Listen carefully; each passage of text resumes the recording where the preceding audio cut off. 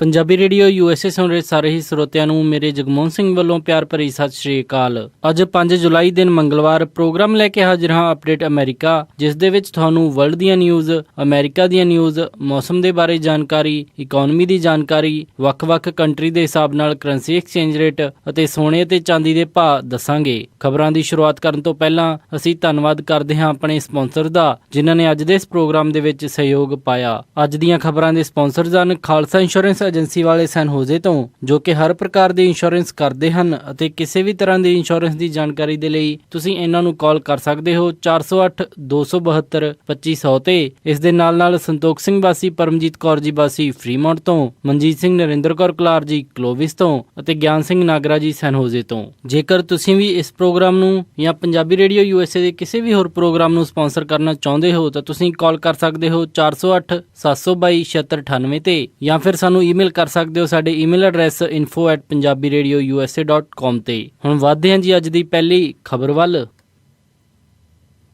Democratic party ਦੀ ਰਾਸ਼ਟਰਪਤੀ ਪਦ ਦੀ ਉਮੀਦਵਾਰ ਹਿਲਰੀ ਕਲਿੰਟਨ ਦੇ ਲਈ ਵੱਡੀ ਰਾਤ ਦੀ ਖਬਰ ਆਈ ਹੈ। FBI ਡਾਇਰੈਕਟਰ ਜੇਮਸ ਕੋਮੀ ਨੇ ਕਿਹਾ ਕਿ ਉਹ ਹਿਲਰੀ ਕਲਿੰਟਨ ਖਿਲਾਫ ਪ੍ਰਾਈਵੇਟ ਈਮੇਲ ਸਰਵਰਜ਼ ਵਾਲੇ ਮੁੱਦੇ ਨੂੰ ਲੈ ਕੇ ਕੋਈ ਵੀ ਚਾਰਜਸ ਰਿਕਮੈਂਡ ਨਹੀਂ ਕਰਦੇ। ਹਿਲਰੀ ਕਲਿੰਟਨ ਇਸ ਪ੍ਰਾਈਵੇਟ ਈਮੇਲ ਸਰਵਰ ਵਾਲੇ ਮੁੱਦੇ ਦੇ ਵਿੱਚ ਕਾਫੀ ਚਿਰ ਤੋਂ ਘਿਰੇ ਹੋਏ ਸਨ। ਜਦੋਂ ਉਹ ਰਾਸ਼ਟਰਪਤੀ ਬਰਾਕ ਓਬਾਮਾ ਦੀ ਪਹਿਲੀ ਸਰਕਾਰ ਦੇ ਵਿੱਚ ਸਟੇਟ ਸੈਕਟਰੀ ਸਨ, ਉਦੋਂ ਉਹਨਾਂ ਦੇ ਉੱਤੇ ਕੌਨਫੀਡੈਂਸ਼ੀਅਲ ਈਮੇਲਜ਼ ਨੂੰ ਆਪਣੇ ਪ੍ਰਾਈਵੇਟ ਈਮੇਲ ਸਰਵਰ ਦੇ ਉੱਤੇ ਖੋਲ੍ਹਣ ਦਾ ਇਲਜ਼ਾਮ ਲੱਗਿਆ। ਇਸ ਤੋਂ ਬਾਅਦ ਦੇ ਵਿੱਚ ਲਗਾਤਾਰ ਉਹ ਇਸ ਮੁਸ਼ਕਿਲ ਦੇ ਵਿੱਚ ਘਿਰੇ ਰਹੇ। ਉਹਨਾਂ ਦਾ ਕੈਂਪੇਨ ਵੀ ਇਸ ਨੂੰ ਲੈ ਕੇ ਖਤਰੇ ਦੇ ਵਿੱਚ ਲੱਗ ਰਿਹਾ ਸੀ, ਕਿਉਂਕਿ FBI ਜਾਂਚ ਉਹਨਾਂ ਦੇ ਖਿਲਾਫ ਚੱਲ ਰਹੀ ਸੀ। ਪਰ ਹੁਣ FBI ਡਾਇਰੈਕਟਰ ਜੇਮਸ ਕੋਮੀ ਨੇ ਇਹ ਕਲੀਅਰ ਕਰ ਦਿੱਤਾ ਹੈ ਕਿ ਹਿਲਰੀ ਕਲਿੰਟਨ ਨੇ ਉਸ ਵਕਤ ਲਾਪਰਵਾਹੀ ਜ਼ਰੂਰ ਵਰਤੀ ਸੀ, ਪਰ ਇਸ ਨੂੰ ਲੈ ਕੇ ਉਹਨਾਂ ਦੇ ਖਿਲਾਫ ਕੋਈ ਵੀ ਚਾਰਜਸ ਨਹੀਂ ਕੀਤੇ ਜਾਣਗੇ। ਸੋ ਇਸ ਦੇ ਨਾਲ ਹਿਲਰੀ ਕਲਿੰਟਨ ਅਤੇ ਉਸਦੇ ਕੈਂਪੇਨ ਨੂੰ ਬਹੁਤ ਵੱਡੀ ਰਾਹਤ ਦੀ ਖਬਰ ਮਿਲੀ ਹੈ। ਹਾਲਾਂਕਿ ਹੁਣ ਲੀਗਲ ਤੌਰ ਦੇ ਉੱਤੇ ਹਿਲਰੀ ਕਲਿੰਟਨ ਨੂੰ ਕੋਈ ਪਰੇਸ਼ਾਨੀ ਨਹੀਂ ਹੋਵੇਗੀ, ਪਰ ਪੋਲੀਟੀਕਲ ਤੌਰ ਦੇ ਉੱਤੇ ਕਾਫੀ ਡੈਮੇਜ ਈਮੇਲ ਸਰਵਰ ਵਾਲੇ ਮੁੱਦੇ ਨੇ ਹਿਲਰੀ ਕਲਿੰਟਨ ਨੂੰ ਕੀਤਾ ਹੈ। ਉਹਨਾਂ ਦੇ ਵਿਰੋਧੀ ਹਜੇ ਵੀ ਉਹਨਾਂ ਨੂੰ ਇਸ ਮੁੱਦੇ ਦੇ ਉੱਤੇ ਘੇਰ ਰਹੇ ਹਨ। ਡੋਨਲਡ ਟਰੰਪ ਨੇ ਇਸ ਦੇ ਉੱਤੇ ਟਵੀਟ ਕਰਦੇ ਹੋਏ ਕਿਹਾ ਕਿ ਪੂਰੇ ਸਿਸਟਮ ਦੇ ਵਿੱਚ ਕੋਈ ਨਾ ਕੋਈ ਧਾਂਦਲੀ ਹੈ ਅਤੇ ਇਹ ਬਹੁਤ ਹੀ ਖਰਾਬ ਜੱਜਮੈਂਟ ਹੈ। ਡੋਨਲਡ ਟਰੰਪ ਨੇ ਨਾਰਥ ਕੈਰੋਲਾਈਨਾ ਦੇ ਵਿੱਚ ਕੀਤੀ ਆਪਣੀ ਰੈਲੀ ਦੇ ਵਿੱਚ ਵੀ ਕਿਹਾ ਕਿ FBI ਦਾ ਤਾਜ਼ਾ ਤਰੀਨ ਆਇਆ ਫੈਸਲਾ ਇੱਕ ਵਾਰੀ ਫਿਰ ਸਿਸਟਮ ਦੇ ਗੰਦੇ ਹੋਣ ਨੂੰ ਰੈਫਰ ਕਰਦਾ ਹੈ। ਉਹਨਾਂ ਨੇ ਕਿਹਾ ਕਿ ਜੋ ਹੋਇਆ ਸਭ ਨੂੰ ਪਤਾ ਸੀ ਕਿ ਉਸ ਦੇ ਵਿੱਚ ਹਿਲਰੀ ਕਲਿੰਟਨ ਗਿਲਟੀ ਹੈ, ਪਰ ਫਿਰ ਵੀ ਉਸ ਦੇ ਉੱਤੇ ਕੋਈ ਚਾਰਜਸ ਨਹੀਂ ਕੀਤੇ ਜਾ ਰਹੇ। ਉਹਨਾਂ ਨੂੰ ਇਸ ਗੱਲ ਦੇ ਉੱਤੇ ਬੜੀ ਹੈਰਾਨੀ ਹੁੰਦੀ ਹੈ। ਹਾਊਸ ਸਪੀਕਰ ਪੌਲ ਰਿਆਨ ਨੇ ਵੀ ਇਸ ਦੇ ਉੱਤੇ ਸਟੇਟਮੈਂਟ ਜਾਰੀ ਕਰਦੇ ਹੋਏ ਕਿਹਾ ਕਿ ਕਾਨੂੰਨ ਤੋਂ ਕੋਈ ਵੀ ਉੱਪਰ ਨਹੀਂ ਹੁੰਦਾ, ਪਰ FBI ਡਾਇਰੈਕਟਰ ਦੇ ਇਸ ਸਟੇਟਮੈਂਟ ਨੂੰ ਦੇਖ ਕੇ ਲੱਗਦਾ ਹੈ ਕਿ ਕਾਨੂੰਨ ਨੂੰ ਤੋੜਨ ਮਰੋੜਨ ਦੀ ਕੋਸ਼ਿਸ਼ ਕੀਤੀ ਗਈ ਹੈ। ਸੈਕਟਰੀ ਕਲਿੰਟਨ ਦੇ ਉੱਤੇ ਚਾਰਜਸ ਨਾ ਲਾਉਣ ਦੇ ਫੈਸਲੇ ਦੇ ਨਾਲ ਨੈਸ਼ਨਲ ਸਿਕਿਉਰਿਟੀ ਇਨਫੋਰਮੇਸ਼ਨ ਦੀ ਮਿਸਹੈਂਡਲਿੰਗ ਕੀਤੀ ਗਈ ਹੈ। ਉਧਰ ਹੀ ਡੈਮੋਕ੍ਰੈਟਿਕ ਪਾਰਟੀ ਦੇ ਨੇਤਾਵਾਂ ਨੇ ਇਸ ਫੈਸਲੇ ਦਾ ਸਵਾਗਤ ਕੀਤਾ ਹੈ। ਉਹਨਾਂ ਨੇ ਕਿਹਾ ਕਿ ਹਿਲਰੀ ਕਲਿੰਟਨ ਨੇ ਇਹ ਪਹਿਲਾਂ ਹੀ ਮੰਨ ਲਿਆ ਸੀ ਕਿ ਉਹਨਾਂ ਨੇ ਗਲਤੀ ਦੇ ਨਾਲ ਪ੍ਰਾਈਵੇਟ ਈਮੇਲ ਸਰਵਰ ਯੂਜ਼ ਕਰ ਲਿਆ, ਪਰ ਇਸ ਦੇ ਵਿੱਚ ਹਿਲਰੀ ਕਲਿੰਟਨ ਨੇ ਕੋਈ ਵੀ ਇਹੋ ਜਿਹੀ ਗੜਬੜੀ ਨਹੀਂ ਕੀਤੀ ਜਿਸ ਦੇ ਕਰਕੇ ਉਸ ਦੇ ਉੱਤੇ ਕਾਰਵਾਈ ਕੀਤੀ ਜਾ ਸਕੇ। ਸੋ ਕੁੱਲ ਮਿਲਾ ਕੇ ਆਉਣ ਵਾਲੀਆਂ 2016 ਦੀਆਂ ਚੋਣਾਂ ਦੇ ਵਿੱਚ ਹਿਲਰੀ ਕਲਿੰਟਨ ਹੁਣ ਆਪਣੇ ਕੈਂਪੇਨ ਨੂੰ ਹੋਰ ਸਾਫ਼ ਸੁਥਰਾ ਕਰਕੇ ਅੱਗੇ ਵਧਾਉਂਦੀ ਨਜ਼ਰ ਆ ਰਹੀ ਹੈ। ਬੋਸਟਨ ਦੇ ਇੱਕ ਟੈਕਸੀ ਡਰਾਈਵਰ ਨੂੰ ਇਮਾਨਦਾਰੀ ਦਿਖਾਉਂਦੇ ਹੋਏ $1,87,000 ਦੀ ਰਕਮ ਵਾਪਸ ਕਰਨ ਦੇ ਉੱਤੇ ਮਿਲੇ ਇਨਾਮ ਤੇ ਕਾਫੀ ਨਿਰਾਸ਼ਾ ਹੋਈ ਹੈ। ਉਹਨਾਂ ਨੇ ਆਪਣੀ ਟੈਕਸੀ ਦੇ ਵਿੱਚ ਕਿਸੇ ਦੇ ਦੁਆਰਾ ਭੁੱਲਿਆ ਹੋਇਆ ਕੈਸ਼ $1,87,000 ਵਾਪਸ ਕੀਤਾ ਤੇ ਉਹਨਾਂ ਨੂੰ ਸਿਰਫ $100 ਇਨਾਮ ਦੇ ਵਿੱਚ ਦਿੱਤਾ ਗਿਆ। ਉਹਨਾਂ ਨੇ ਕਿਹਾ ਕਿ ਇਸ ਮਿਲੇ ਘੱਟ ਇਨਾਮ ਦੇ ਕਰਕੇ ਉਹ ਕਾਫੀ ਨਿਰਾਸ਼ ਹੋਏ ਹਨ ਅਤੇ ਉਹ ਉਮੀਦ ਕਰ ਰਹੇ ਸਨ ਕਿ ਉਹਨਾਂ ਨੂੰ ਘੱਟੋ ਘੱਟ $1,000 ਦਾ ਇਨਾਮ ਉਹਨਾਂ ਦੀ ਇਮਾਨਦਾਰੀ ਦੇ ਲਈ ਦਿੱਤਾ ਜਾਵੇਗਾ। ਮੈਕ ਕੌਜ਼ਲੈਂਡ ਨਾਮ ਦੇ ਇਸ ਟੈਕਸੀ ਡਰਾਈਵਰ ਨੇ ਦੱਸਿਆ ਕਿ ਉਹ ਇੱਕ ਹੋਮਲੈਸ ਨੂੰ ਇੱਕ ਹੋਟਲ ਦੇ ਵਿੱਚ ਛੱਡ ਰਹੇ ਸਨ, ਜਿਸ ਨੂੰ ਕਿ ਆਪਣੇ ਇਨਹੈਰੀਟਿਡ ਪ੍ਰਾਪਰਟੀ ਤੋਂ ਕਾਫੀ ਪੈਸਾ ਮਿਲਿਆ ਸੀ ਅਤੇ ਪਿਛਲੇ ਕਈ ਚਿਰ ਤੋਂ ਉਹ ਸ਼ੈਲਟਰ ਦੇ ਵਿੱਚ ਰਹਿ ਰਿਹਾ ਸੀ। ਅਤੇ ਬਾਅਦ ਦੇ ਵਿੱਚ ਜਦੋਂ ਉਸ ਵਿਅਕਤੀ ਨੇ ਉਸ ਨੂੰ ਹੋਟਲ ਦੇ ਵਿੱਚ ਛੱਡਿਆ ਤਾਂ ਟੈਕਸੀ ਡਰਾਈਵਰ ਨੇ ਦੇਖਿਆ ਕਿ ਉਹ ਆਪਣਾ ਬੈਗ ਉੱਥੇ ਭੁੱਲ ਗਿਆ ਅਤੇ ਉਸ ਬੈਗ ਦੇ ਵਿੱਚ $100 ਅਤੇ $50 ਦੇ ਬੰਡਲਸ ਪਏ ਹੋਏ ਸਨ। ਟੈਕਸੀ ਡਰਾਈਵਰ ਨੇ ਕਿਹਾ ਕਿ ਉਸਨੇ ਇੰਨਾ ਪੈਸਾ ਜ਼ਿੰਦਗੀ ਦੇ ਵਿੱਚ ਇਕੱਠਾ ਕਦੇ ਨਹੀਂ ਦੇਖਿਆ। ਉਸਨੇ ਕਿਹਾ ਕਿ ਜਦੋਂ ਇੰਨਾ ਪੈਸਾ ਇਕੱਠਾ ਦੇਖਿਆ ਤਾਂ ਉਹ ਇੱਕਦਮ ਘਬਰਾ ਗਿਆ ਤੇ ਇੱਕ ਵਾਰੀ ਉਸਨੇ ਸੋਚਿਆ ਕਿ ਇਹ ਪੈਸਾ ਪੁਲਿਸ ਦੇ ਹਵਾਲੇ ਕਰ ਦਿੱਤਾ ਜਾਵੇ। ਉਹਨਾਂ ਨੇ ਕਿਹਾ ਕਿ 30 ਸਾਲ ਪਹਿਲਾਂ ਵੀ ਇੱਕ ਵਾਰ ਇੱਕ ਵਿਅਕਤੀ ਉਹਨਾਂ ਦੀ ਕੈਬ ਦੇ ਵਿੱਚ $10,000 ਇੱਕ ਬਰੀਫ ਕੇਸ ਦੇ ਵਿੱਚ ਭੁੱਲ ਗਿਆ ਸੀ, ਜੋ ਉਸਨੇ ਇਮਾਨਦਾਰੀ ਦਿਖਾਉਂਦੇ ਹੋਏ ਵਾਪਸ ਕੀਤੇ ਸਨ, ਪਰ ਉਸ ਸਮੇਂ ਉਸਨੂੰ ਕਿਸੇ ਵੀ ਤਰ੍ਹਾਂ ਦਾ ਕੋਈ ਰਿਵਾਰਡ ਨਹੀਂ ਮਿਲਿਆ ਸੀ। ਏਅਰਪੋਰਟ ਦੇ ਉੱਤੇ ਸਿਕਿਉਰਿਟੀ ਸਿਸਟਮ ਵਧਾਉਣ ਦੇ ਲਈ ਅਤੇ ਉਸ ਪ੍ਰਕਿਰਿਆ ਦੇ ਵਿੱਚ ਹੋਰ ਤੇਜ਼ੀ ਲਿਆਉਣ ਦੇ ਲਈ ਹੁਣ TSA ਯਾਨੀ ਕਿ ਟਰਾਂਸਪੋਰਟੇਸ਼ਨ ਸਿਕਿਉਰਿਟੀ ਐਡਮਿਨਿਸਟ੍ਰੇਸ਼ਨ ਨੇ ਇਹ ਅਨਾਉਂਸ ਕੀਤਾ ਹੈ ਕਿ ਉਹ ਹੁਣ ਹਿਊਮਨਸ ਦੀ ਜਗ੍ਹਾ ਦੇ ਉੱਤੇ ਕੰਪਿਊਟਰਸ ਦੇ ਦੁਆਰਾ ਕੈਰੀ ਔਨ ਬੈਗੇਜ ਚੈੱਕ ਕਰਿਆ ਕਰੇਗੀ। ਉਹਨਾਂ ਨੇ ਕਿਹਾ ਕਿ ਉਹ CT ਸਕੈਨਰਸ 에ਅਰਪੋਰਟ ਦੇ ਉੱਤੇ ਸਥਾਪਿਤ ਕਰਨ ਜਾ ਰਹੇ ਹਨ ਜੋ ਕਿ ਕੈਰੀ ਔਨ ਬੈਗੇਜ ਨੂੰ ਚੈੱਕ ਕਰਿਆ ਕਰਨਗੇ। ਉਹਨਾਂ ਨੇ ਕਿਹਾ ਕਿ ਇਹ ਸਭ ਤੋਂ ਪਹਿਲਾਂ ਫਿਨਿਕਸ 에ਅਰਪੋਰਟ ਦੇ ਉੱਤੇ ਇਸ ਸਾਲ ਦੇ ਐਂਡ ਤੱਕ ਲੱਗ ਜਾਣਗੇ। CT ਸਕੈਨਰਸ ਆਲਰੇਡੀ ਚੈੱਕਡ ਬੈਗੇਜ ਨੂੰ ਸਕੈਨ ਕਰਨ ਦੇ ਲਈ ਵਰਤੇ ਜਾਂਦੇ ਹਨ ਅਤੇ ਸਿਕਿਉਰਿਟੀ ਵਰਕਰ ਸਿਰਫ ਉਹੀ ਬੈਗ ਦੀ ਤਲਾਸ਼ੀ ਲੈਂਦੇ ਹਨ ਜਿਸ ਦੇ ਵਿੱਚ ਕੰਪਿਊਟਰ ਦੇ ਐਨਾਲਿਸਿਸ ਤੋਂ ਬਾਅਦ ਚ ਕੋਈ ਸ਼ੱਕੀ ਵਸਤੂ ਲੱਗੇ। CT ਟੈਕਨੋਲੋਜੀ ਦੇ ਨਾਲ 에ਅਰਪੋਰਟ ਦੇ ਚੈੱਕ ਪੁਆਇੰਟਸ ਦੇ ਉੱਤੇ ਐਕਸ-ਰੇ ਇਮੇਜਸ ਹਰੇਕ ਬੈਗ ਦੀਆਂ ਲੈਣੀਆਂ ਹੁਣ ਜ਼ਰੂਰੀ ਨਹੀਂ ਹੋਣਗੀਆਂ ਅਤੇ ਹੁਣ 에ਅਰਪੋਰਟ ਦੇ ਉੱਤੇ ਯਾਤਰੀਆਂ ਨੂੰ ਬੈਗ ਦੇ ਵਿੱਚੋਂ ਲੈਪਟਾਪ ਆਦਿ ਕੱਢਣ ਦੀ ਜ਼ਰੂਰਤ ਵੀ ਨਹੀਂ ਪਿਆ ਕਰੇਗੀ। TSA ਨੇ ਕਿਹਾ ਕਿ ਸਭ ਤੋਂ ਪਹਿਲਾਂ ਉਹ ਅਮਰੀਕਨ 에ਅਰਲਾਈਨਸ ਦੇ ਨਾਲ ਇਹ ਬਦਲਾਵ ਲਿਆਉਣ ਦੀ ਤਿਆਰੀ ਕਰ ਰਹੇ ਹਨ।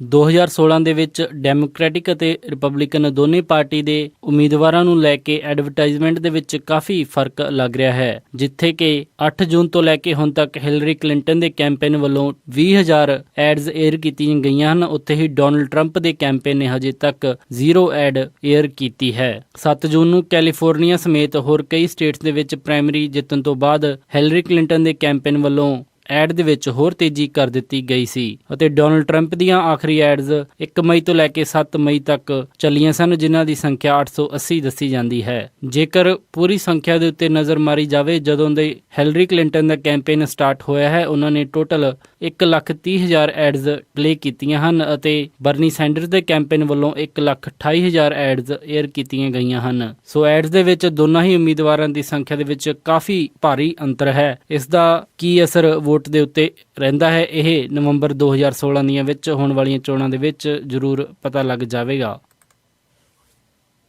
ਕੱਲ੍ਹ ਆਈ ਕਈ ਖਬਰਾਂ ਦੇ ਮੁਤਾਬਿਕ ਡੋਨਲਡ ਟਰੰਪ ਨੇ ਉਪ ਰਾਸ਼ਟਰਪਤੀ ਦੇ ਦਾਅਵੇਦਾਰ ਦੇ ਲਈ ਉਮੀਦਵਾਰਾਂ ਦੀ ਖੋਜ ਸ਼ੁਰੂ ਕਰ ਦਿੱਤੀ ਹੈ। ਇਸੇ ਦੇ ਵਿੱਚ ਅੱਜ ਟੈਨਿਸ ਤੋਂ ਸੈਨੇਟਰ ਬੌਬ ਕੋਰਕਰ ਨੇ ਡੋਨਲਡ ਟਰੰਪ ਦੇ ਕੋਲ ਵਾਈਸ ਪ੍ਰੈਜ਼ੀਡੈਂਟ ਦੀ ਉਮੀਦਵਾਰੀ ਦੇ ਲਈ ਗੱਲਬਾਤ ਕੀਤੀ। ਡੋਨਲਡ ਟਰੰਪ ਨੇ ਬੌਬ ਕੋਰਕਰ ਨੂੰ ਨਾਰਥ ਕੈਰੋਲਾਈਨਾ ਦੀ ਆਪਣੀ ਰੈਲੀ ਦੇ ਦੌਰਾਨ ਸੱਦਿਆ, ਜਿੱਥੇ ਉਹਨਾਂ ਨੇ ਡੋਨਲਡ ਟਰੰਪ ਦੇ ਪਲੇਨ ਦੇ ਵਿੱਚ ਹੀ ਗੱਲਬਾਤ ਕੀਤੀ। ਉਧਰੋਂ ਹੀ ਹੁਣ ਡੈਮੋਕ੍ਰੈਟਿਕ ਪਾਰਟੀ ਦੇ ਵਿੱਚ ਹਿਲਰੀ ਕਲਿੰਟਨ ਨੂੰ ਪ੍ਰੈਜ਼ੀਡੈਂਟ ਬਰਾਕ ਓਬਾਮਾ ਦਾ ਕਾਫੀ ਖੁੱਲ੍ਹਾ ਸਮਰਥਨ ਮਿਲ ਗਿਆ ਹੈ। 8 ਸਾਲ ਪਹਿਲਾਂ ਜਿੱਥੇ ਹਿਲਰੀ ਕਲਿੰਟਨ ਰਾਸ਼ਟਰਪਤੀ ਬਰਾਕ ਓਬਾਮਾ ਦੇ ਖਿਲਾਫ ਰਾਸ਼ਟਰਪਤੀ ਦੀ ਉਮੀਦਵਾਰੀ ਦੇ ਲਈ ਚੋਣ ਲੜ ਰਹੇ ਸਨ, ਉੱਥੇ ਹੀ ਹੁਣ 8 ਸਾਲਾਂ ਬਾਅਦ ਰਾਸ਼ਟਰਪਤੀ ਬਰਾਕ ਓਬਾਮਾ ਹਿਲਰੀ ਕਲਿੰਟਨ ਨੂੰ ਰਾਸ਼ਟਰਪਤੀ ਬਣਾਉਣ ਦੇ ਲਈ ਸਮਰਥਨ ਦੇ ਰਹੇ ਹਨ। ਦੱਸਿਆ ਜਾ ਰਿਹਾ ਹੈ ਕਿ ਪਿਛਲੇ ਕਈ ਚਿਰ ਤੋਂ ਕਿਸੇ ਵੀ ਰਾਸ਼ਟਰਪਤੀ ਨੇ ਆਉਣ ਵਾਲੇ ਰਾਸ਼ਟਰਪਤੀ ਦੇ ਲਈ ਕੈਂਪੇਨ ਨਹੀਂ ਕੀਤਾ, ਪਰ ਰਾਸ਼ਟਰਪਤੀ ਬਰਾਕ ਓਬਾਮਾ ਡੋਨਲਡ ਟਰੰਪ ਦੇ ਖਿਲਾਫ ਇਹ ਕੈਂਪੇਨ ਕਰ ਰਹੇ ਹਨ। ਹਿਲਰੀ ਕਲਿੰਟਨ ਅਤੇ ਰਾਸ਼ਟਰਪਤੀ ਬਰਾਕ ਓਬਾਮਾ ਨੇ ਇਕੱਠਿਆਂ ਰੈਲੀ ਕੀਤੀ। ਉਹਨਾਂ ਨੇ ਜੰਮ ਕੇ ਡੋਨਲਡ ਟਰੰਪ ਦੇ ਉੱਤੇ ਨਿਸ਼ਾਨੇ ਵੀ ਕਸੇ। ਰਾਸ਼ਟਰਪਤੀ ਬਰਾਕ ਓਬਾਮਾ ਨੇ ਕਦੇ ਖੁੱਲ੍ਹੇ ਤੌਰ ਦੇ ਉੱਤੇ ਡੋਨਲਡ ਟਰੰਪ ਦਾ ਨਾਮ ਨਹੀਂ ਲਿਆ, ਪਰ ਕਾਫੀ ਕੁਝ ਉਹਨਾਂ ਦੇ ਬਾਰੇ ਕਿਹਾ ਵੀ। ਹਜੇ ਤੱਕ ਡੋਨਲਡ ਟਰੰਪ ਦਾ ਕੈਂਪੇਨ ਥੋੜਾ ਠੰਡਾ ਨਜ਼ਰ ਆ ਰਿਹਾ ਹੈ, ਕਿਉਂਕਿ ਉਸ ਦੇ ਕੈਂਪੇਨ ਦੇ ਵਿੱਚ ਕਾਫੀ ਫੇਰਬਦਲ ਵੀ ਕੀਤੇ ਗਏ ਹਨ। ਹਾਲਾਂਕਿ ਟਵਿੱਟਰ ਦੇ ਉੱਤੇ ਡੋਨਲਡ ਟਰੰਪ ਨੇ ਕਾਫੀ ਸਰਗਰਮੀ ਬਣਾ ਰੱਖੀ ਹੈ, ਪਰ ਗਰਾਊਂਡ ਲੈਵਲ ਦੇ ਉੱਤੇ ਉਹਨਾਂ ਨੂੰ ਹੋਰ ਕੰਮ ਕਰਨ ਦੀ ਜ਼ਰੂਰਤ ਹੋਵੇਗੀ। ਇਹ ਸਨ ਅੱਜ ਦੀਆਂ ਕੁਝ ਖਾਸ ਖਬਰਾਂ। ਹੁਣ ਵੱਧਦੇ ਹਾਂ ਜੀ ਮੌਸਮ ਦੀ ਜਾਣਕਾਰੀ ਦੇ ਵੱਲ। ਬੁੱਧਵਾਰ ਨੂੰ ਸੈਨ ਹੋਜ਼ੇ ਦੇ ਵਿੱਚ ਹਾਈ ਟੈਂਪਰੇਚਰ ਰਹੇਗਾ 78 ਡਿਗਰੀ ਅਤੇ ਲੋ ਟੈਂਪਰੇਚਰ 55 ਡਿਗਰੀ। ਸੈਨ ਫਰਾਂਸਿਸਕੋ ਦੇ ਵਿੱਚ 63 ਡਿਗਰੀ ਹਾਈ ਹੈ ਤੇ ਰਾਤ ਨੂੰ 53 ਡਿਗਰੀ ਲੋ। ਸੈਕਰਾਮੈਂਟੋ ਦੇ ਵਿੱਚ 99 ਡਿਗਰੀ ਹਾਈ ਹੈ ਤੇ ਰਾਤ ਨੂੰ 55 ਡਿਗਰੀ ਲੋ। ਯੂਬਾ ਸਿਟੀ ਦੇ ਵਿੱਚ 92 ਡਿਗਰੀ ਹਾਈ ਹੈ ਤੇ ਰਾਤ ਨੂੰ 58 ਡਿਗਰੀ ਲੋ। ਸਟਾਕਟਨ ਦੇ ਵਿੱਚ 87 ਡਿਗਰੀ ਹਾਈ ਹੈ ਤੇ ਰਾਤ ਨੂੰ 56 ਡਿਗਰੀ ਲੋ। ਟ੍ਰੇਸੀ ਦੇ ਵਿੱਚ 86 ਡਿਗਰੀ ਹਾਈ ਹੈ ਤੇ ਰਾਤ ਨੂੰ 58 ਡਿਗਰੀ ਲੋ। ਮੋਡੈਸਟੋ ਦੇ ਵਿੱਚ 92 ਡਿਗਰੀ ਹਾਈ ਹੈ ਤੇ ਰਾਤ ਨੂੰ 59 ਡਿਗਰੀ ਲੋ। ਫਰੈਜ਼ਨੋ ਦੇ ਵਿੱਚ 97 ਡਿਗਰੀ ਹਾਈ ਹੈ ਤੇ ਰਾਤ ਨੂੰ 61 ਡਿਗਰੀ ਲੋ। ਬੇਕਰਸਫੀਲਡ ਦੇ ਵਿੱਚ 98 ਡਿਗਰੀ ਹਾਈ ਹੈ ਤੇ ਰਾਤ ਨੂੰ 68 ਡਿਗਰੀ ਲੋ। ਲਾਸ ਐਂਜਲਸ ਦੇ ਵਿੱਚ 76 ਡਿਗਰੀ ਹਾਈ ਹੈ ਤੇ ਰਾਤ ਨੂੰ 62 ਡਿਗਰੀ ਲੋ। ਟਰਕੀ ਦੇ ਵਿੱਚ 77 ਡਿਗਰੀ ਹਾਈ ਹੈ ਤੇ ਰਾਤ ਨੂੰ 42 ਡਿਗਰੀ ਲੋ। ਸਾਊਥ ਲੇਕ ਟਾਹੋ ਦੇ ਵਿੱਚ 76 ਡਿਗਰੀ ਹਾਈ ਹੈ ਤੇ ਰਾਤ ਨੂੰ 42 ਡਿਗਰੀ ਲੋ। ਪੋਰਟਲੈਂਡ ਓਰੇਗਨ ਦੇ ਵਿੱਚ 79 ਡਿਗਰੀ ਹਾਈ ਹੈ ਤੇ ਰਾਤ ਨੂੰ 58 ਡਿਗਰੀ ਲੋ। ਸਿਐਟਲ ਦੇ ਵਿੱਚ 74 ਡਿਗਰੀ ਹਾਈ ਹੈ ਤੇ ਰਾਤ ਨੂੰ 57 ਡਿਗਰੀ ਲੋ। ਫਲੈਗਸਟੈਫ ਐਰੀਜ਼ੋਨਾ ਦੇ ਵਿੱਚ 80 ਡਿਗਰੀ ਹਾਈ ਹੈ ਤੇ ਰਾਤ ਨੂੰ 50 ਡਿਗਰੀ ਲੋ। ਸਾਲਟ ਲੇਕ ਸਿਟੀ ਯੂਟਾ ਦੇ ਵਿੱਚ 90 ਡਿਗਰੀ ਹਾਈ ਹੈ ਤੇ ਰਾਤ ਨੂੰ 61 ਡਿਗਰੀ ਲੋ। ਸ਼ਿਕਾਗੋ ਦੇ ਵਿੱਚ 88 ਡਿਗਰੀ ਹਾਈ ਹੈ ਤੇ ਰਾਤ ਨੂੰ 74 ਡਿਗਰੀ ਲੋ। ਨਿਊਯਾਰਕ ਦੇ ਵਿੱਚ 92 ਡਿਗਰੀ ਹਾਈ ਹੈ ਤੇ ਰਾਤ ਨੂੰ 76 ਡਿਗਰੀ ਲੋ। ਟੋਰਾਂਟੋ ਕੈਨੇਡਾ ਦੇ ਵਿੱਚ 32 22 ਡਿਗਰੀ ਸੈਲਸੀਅਸ ਹਾਈ ਅਤੇ ਰਾਤ ਨੂੰ 20 ਡਿਗਰੀ ਸੈਲਸੀਅਸ ਲੋ। ਵਿਨੀਪੈਗ ਦੇ ਵਿੱਚ 25 ਡਿਗਰੀ ਸੈਲਸੀਅਸ ਹਾਈ ਅਤੇ ਰਾਤ ਨੂੰ 13 ਡਿਗਰੀ ਸੈਲਸੀਅਸ ਲੋ। ਕੈਲਗਰੀ ਦੇ ਵਿੱਚ 19 ਡਿਗਰੀ ਸੈਲਸੀਅਸ ਹਾਈ ਅਤੇ ਰਾਤ ਨੂੰ 10 ਡਿਗਰੀ ਸੈਲਸੀਅਸ ਲੋ। ਕੈਨੇਡਾ ਵੈਨਕੂਵਰ ਦੇ ਵਿੱਚ 21 ਡਿਗਰੀ ਸੈਲਸੀਅਸ ਹਾਈ ਅਤੇ ਰਾਤ ਨੂੰ 14 ਡਿਗਰੀ ਸੈਲਸੀਅਸ ਲੋ। ਪੰਜਾਬ ਅੰਮ੍ਰਿਤਸਰ ਦੇ ਵਿੱਚ 35 ਡਿਗਰੀ ਸੈਲਸੀਅਸ ਹਾਈ ਅਤੇ ਰਾਤ ਨੂੰ 28 ਡਿਗਰੀ ਸੈਲਸੀਅਸ ਲੋ। ਮੈਲਬਨ ਆਸਟ੍ਰੇਲੀਆ ਦੇ ਵਿੱਚ 12 ਡਿਗਰੀ ਸੈਲਸੀਅਸ ਹਾਈ ਅਤੇ ਰਾਤ ਨੂੰ 10 ਡਿਗਰੀ ਸੈਲਸੀਅਸ ਲੋ। ਲੰਡਨ ਦੇ ਵਿੱਚ 20 ਡਿਗਰੀ ਸੈਲਸੀਅਸ ਹਾਈ ਅਤੇ ਰਾਤ ਨੂੰ 12 ਡਿਗਰੀ ਸੈਲਸੀਅਸ ਲੋ। ਬਰਲਿਨ ਦੇ ਵਿੱਚ 19 ਡਿਗਰੀ ਸੈਲਸੀਅਸ ਹਾਈ ਅਤੇ ਰਾਤ ਨੂੰ 11 ਡਿਗਰੀ ਸੈਲਸੀਅਸ ਲੋ। ਅਤੇ ਫਰਾਂਸ ਪੈਰਿਸ ਦੇ ਵਿੱਚ 22 ਡਿਗਰੀ ਸੈਲਸੀਅਸ ਹਾਈ ਅਤੇ ਰਾਤ ਨੂੰ 11 ਡਿਗਰੀ ਸੈਲਸੀਅਸ ਲੋ ਰਹੇਗਾ ਜੀ। ਇਹ ਸੀ ਜੀ ਮੌਸਮ ਦੀ ਜਾਣਕਾਰੀ। ਹੁਣ ਵੱਧਦੇ ਹਾਂ ਜੀ ਸਟਾਕ ਮਾਰਕੀਟ ਦੀ ਇਨਫੋਰਮੇਸ਼ਨ ਵੱਲ। ਮੰਗਲਵਾਰ ਨੂੰ ਕਲੋਜ਼ਿੰਗ ਦੇ ਸਮੇਂ ਡਾਓ ਜੋਨਸ 108 ਅੰਕਾਂ ਦੀ ਗਿਰਾਵਟ ਦੇ ਨਾਲ 17,840.62 ਤੇ ਬੰਦ ਹੋਇਆ। ਨੈਸਡੈਕ 39 ਅੰਕਾਂ ਦੀ ਗਿਰਾਵਟ ਦੇ ਨਾਲ 4,822.90 ਤੇ ਬੰਦ ਹੋਇਆ। S&P 14 ਅੰਕਾਂ ਦੀ ਗਿਰਾਵਟ ਦੇ ਨਾਲ 2,088.55 ਤੇ ਬੰਦ ਹੋਇਆ। ਵਿਲਸ਼ਾਇਰ 5166 ਅੰਕਾਂ ਦੀ ਗਿਰਾਵਟ ਦੇ ਨਾਲ 21,572.57 ਤੇ ਬੰਦ ਹੋਇਆ। ਅੱਜ ਦਾ ਸਭ ਤੋਂ ਮਸ਼ਹੂਰ ਸਟਾਕ GoPro ਕੰਪਨੀ ਦਾ ਰਿਹਾ, ਜਿਸ ਦੀ ਕੀਮਤ 10.65 ਰਹੀ। ਇਹ ਸੀ ਜੀ ਸਟਾਕ ਮਾਰਕੀਟ ਦੀ ਇਨਫੋਰਮੇਸ਼ਨ। ਕਰੰਸੀ ਐਕਸਚੇਂਜ ਰੇਟ ਦੇ ਵਿੱਚ ਇੱਕ US ਡਾਲਰ ਦੀ ਕੀਮਤ ਰਹੀ 67 ਰੁਪਏ 43 ਪੈਸੇ, ਇੱਕ ਕੈਨੇਡੀਅਨ ਡਾਲਰ ਦੀ ਕੀਮਤ ਰਹੀ 51 ਰੁਪਏ 79 ਪੈਸੇ, ਇੱਕ ਬ੍ਰਿਟਿਸ਼ ਪਾਉਂਡ ਦੀ ਕੀਮਤ ਰਹੀ 87 ਰੁਪਏ 41 ਪੈਸੇ, ਇੱਕ ਯੂਰੋ ਦੀ ਕੀਮਤ ਰਹੀ 74 ਰੁਪਏ 54 ਪੈਸੇ, ਇੱਕ ਆਸਟ੍ਰੇਲੀਅਨ ਡਾਲਰ ਦੀ ਕੀਮਤ ਰਹੀ 50 ਰੁਪਏ 10 ਪੈਸੇ, ਇੱਕ ਨਿਊਜ਼ੀਲੈਂਡ ਡਾਲਰ ਦੀ ਕੀਮਤ ਰਹੀ 48 ਰੁਪਏ, ਇੱਕ ਸਿੰਗਾਪੁਰ ਡਾਲਰ ਦੀ ਕੀਮਤ ਰਹੀ 49 ਰੁਪਏ 80 ਪੈਸੇ, ਇੱਕ ਬਹਿਰੀਨੀ ਦਿਨਾਰ ਦੀ ਕੀਮਤ ਰਹੀ 178 ਰੁਪਏ 87 ਪੈਸੇ ਅਤੇ ਇੱਕ ਕੁਵੈਤੀ ਦਿਨਾਰ ਦੀ ਕੀਮਤ ਰਹੀ 223 ਰੁਪਏ 55 ਪੈਸੇ। ਸੋਨੇ ਦਾ ਰੇਟ $1363 16 ਸੈਂਟ ਪਰ ਆਉਂਸ ਰਿਹਾ ਅਤੇ ਚਾਂਦੀ $20 18 ਸੈਂਟ ਪਰ ਆਉਂਸ ਰਹੀ। ਇਸੇ ਦੇ ਨਾਲ ਅੱਜ ਦਾ ਇਹ ਖਬਰਾਂ ਦਾ ਬੁਲੇਟਿਨ ਇੱਥੇ ਹੀ ਸਮਾਪਤ ਕਰਦੇ ਹਾਂ ਜੀ। ਇਜਾਜ਼ਤ ਦਿਓ। ਉਮੀਦ ਹੈ ਕਿ ਤੁਹਾਨੂੰ ਅੱਜ ਦਾ ਇਹ ਪ੍ਰੋਗਰਾਮ ਪਸੰਦ ਆਇਆ ਹੋਵੇਗਾ। ਕਿਸੇ ਵੀ ਤਰ੍ਹਾਂ ਦੇ ਫੀਡਬੈਕ ਦੇ ਲਈ ਤੁਸੀਂ ਸਾਨੂੰ ਕਾਲ ਕਰ ਸਕਦੇ ਹੋ 408 272 5200 ਤੇ, ਜਾਂ ਫਿਰ ਸਾਨੂੰ ਈਮੇਲ ਕਰ ਸਕਦੇ ਹੋ ਸਾਡੇ ਈਮੇਲ ਐਡਰੈਸ info@punjabiradiousa.com ਤੇ। ਇੱਕ ਵਾਰੀ ਫਿਰ ਸਾਰੇ ਸਪਾਂਸਰ ਦਾ ਬਹੁਤ ਬਹੁਤ ਧੰਨਵਾਦ। ਮਿਲਦੇ ਹਾਂ ਜੀ ਅਪਡੇਟ ਅਮਰੀਕਾ ਦੇ ਅਗਲੇ ਅੰਕ ਵਿੱਚ। ਤਦ ਤੱਕ ਲਈ ਸਾਰਿਆਂ ਨੂੰ ਪਿਆਰ ਅਤੇ ਸਤਿਕਾਰ ਭਰੀ ਸਤਿ ਸ਼੍ਰੀ ਅਕਾਲ। ਸੁਣਦੇ ਰਹੋ ਜੀ ਪੰਜਾਬੀ ਰੇਡੀਓ USA।